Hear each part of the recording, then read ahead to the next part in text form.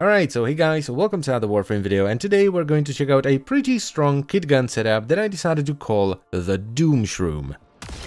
So the Doomshroom is made out of the Kitgun chamber, the Haymaker grip, and the Killstream loader, resulting in an arca-plasmor-like projectile that has high impact and hit damage per shot, high critical chance, above average critical multiplier, and decent status chance.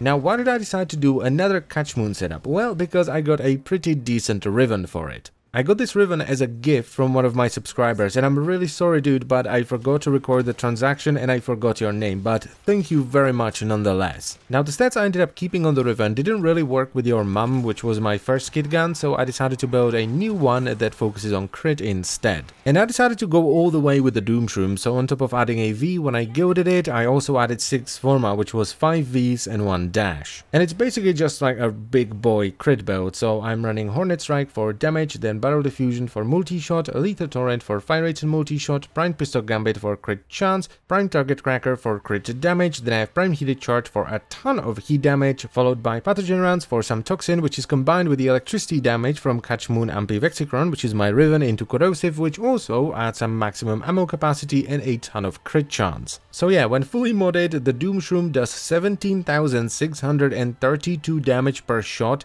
before crit. And since the Doomshroom is using the Kitgun chamber, it fires the arca-plasmor-like projectile, so it has a massive hitbox and it will pierce through enemies, which basically results in the Doomshroom being a roided up arca-plasmor.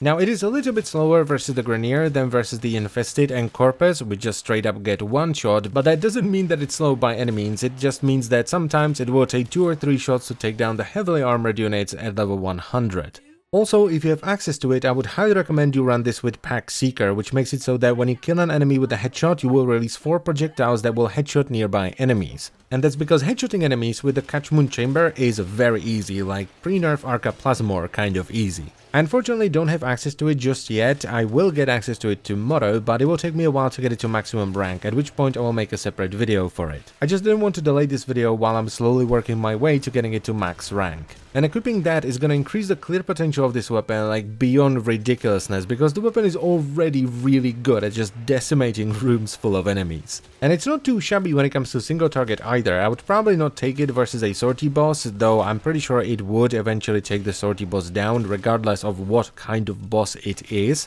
but it would of course take a little bit longer than some of the other single target focused weapons. Now if you're thinking, well, this is all nice and dandy, but I don't have a ribbon for the Kitgun, it's not that big of a deal. If you have a max ranked Prime Pistol Gambit, you're still gonna yellow crit with every shot because it pushes your crit chance to a little bit over 100%, and you can just replace the ribbon with Convulsion, which granted isn't going to make you orange crit as often as I do in these clips, but it is going to give you a little bit more corrosive damage than I have, and it's still going to provide you with more than enough damage to take on the entire game. And if you do want it to orange crit, you can just add an Adar Zakavat for the cat's eye buff. So in conclusion, while it does require a lot of Forma, especially if you want to go all the way with prime crit mods and maybe even a ribbon, I would highly recommend you get yourself a Doomshroom setup because it is utterly ridiculous. And that's pretty much all I have to say, so I thank you very much for watching. As always guys, I hope you've enjoyed the video, and I will see you next time.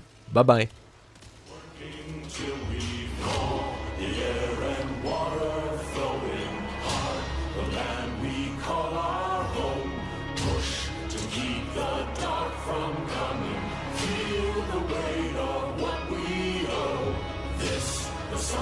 Sons and daughters, pride, the heart of who we are, making peace to build a future, strong, united.